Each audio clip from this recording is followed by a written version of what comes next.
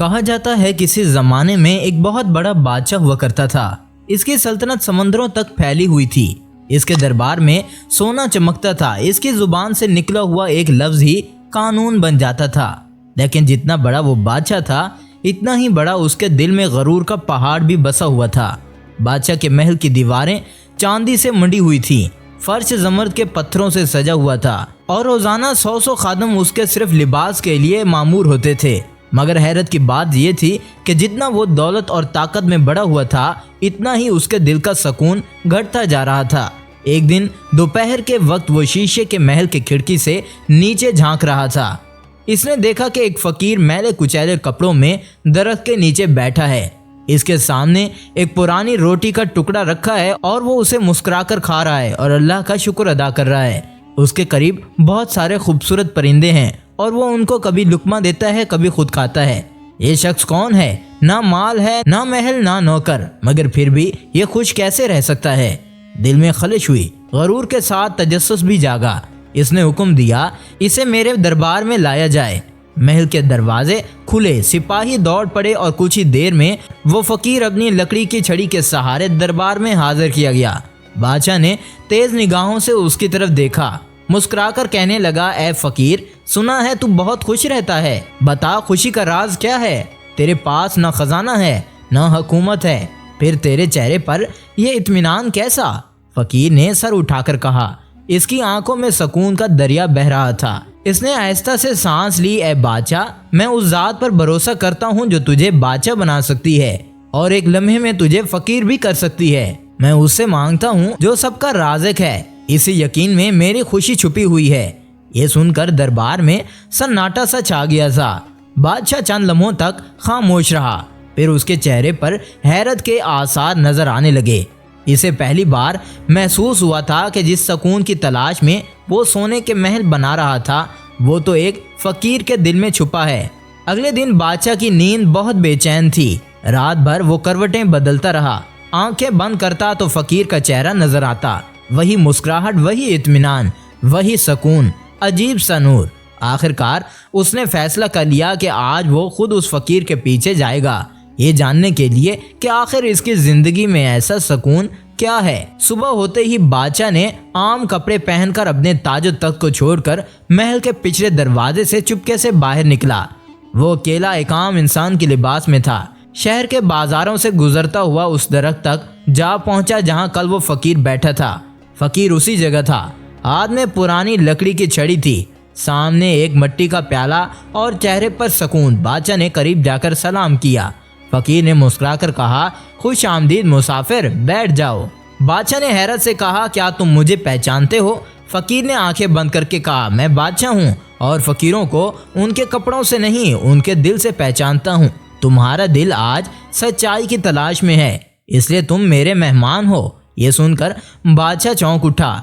فقیر نے اپنی روٹی توڑی اور آدھی بادشاہ کی طرف بڑھائی اور کہا، یہ لو، رزق بانٹنے سے بڑھتا ہے۔ بادشاہ نے روٹی لی لیکن وہ سوچوں میں گم تھا۔ اس نے پوچھا، تمہارے پاس نہ محل ہے نہ خزانہ ہے، اگر کل تمہیں کھانے کو کچھ نہ ملا تو کیا کرو گے؟ جو آج دے رہا ہے وہ کل بھی دے گا۔ فکر اس یقین کا نام ہے جس میں کل کی پریشانی نہیں ہوتی۔ یہ سن کر بادشاہ کا دل لرز اٹھا۔ اسے لگا جیسے کوئی زنجیر اس کے دل سے اتر رہی ہو۔ اس نے پوچھا، کیا میں بھی ایسا سکون حاصل کر سکتا ہوں؟ ہاں بالکل، لیکن ایک شرط ہے۔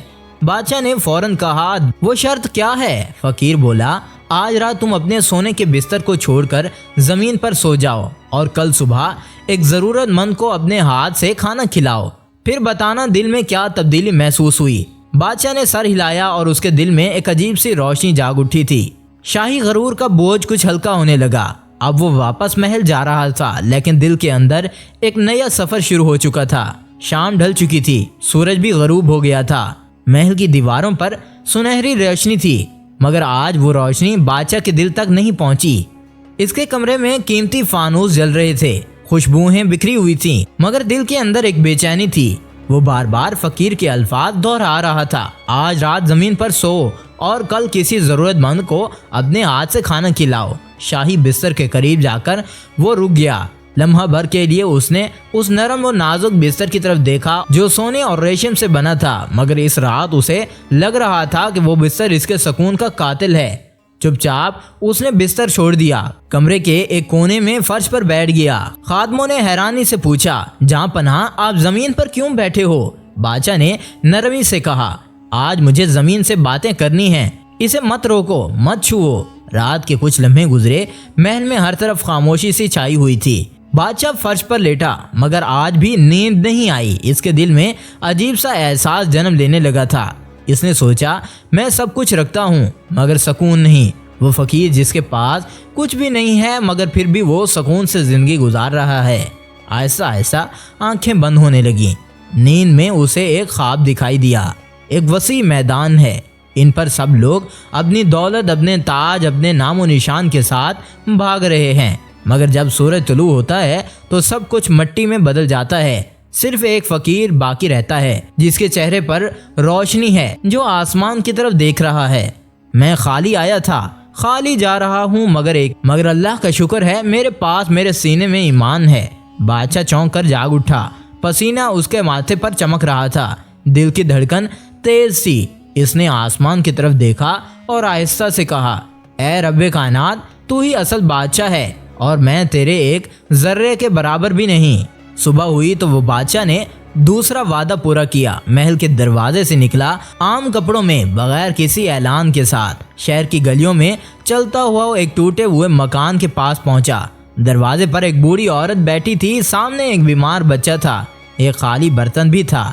بادشاہ نے قریب جا کر پوچھا، ماں کچھ کھانے کو نہیں؟ بوڑھی عورت نے آہ بھری، 3 دن سے چولہا نہیں جلا، مگر اللہ سے امید ہے کہ وہ کسی کو وسیلہ ضرور بنائے گا۔ یہ سن کر بادشاہ کی آنکھوں میں آنسو آ گئے۔ اس نے کہا، آج اللہ نے مجھے تمہارا وسیلہ بنایا ہے۔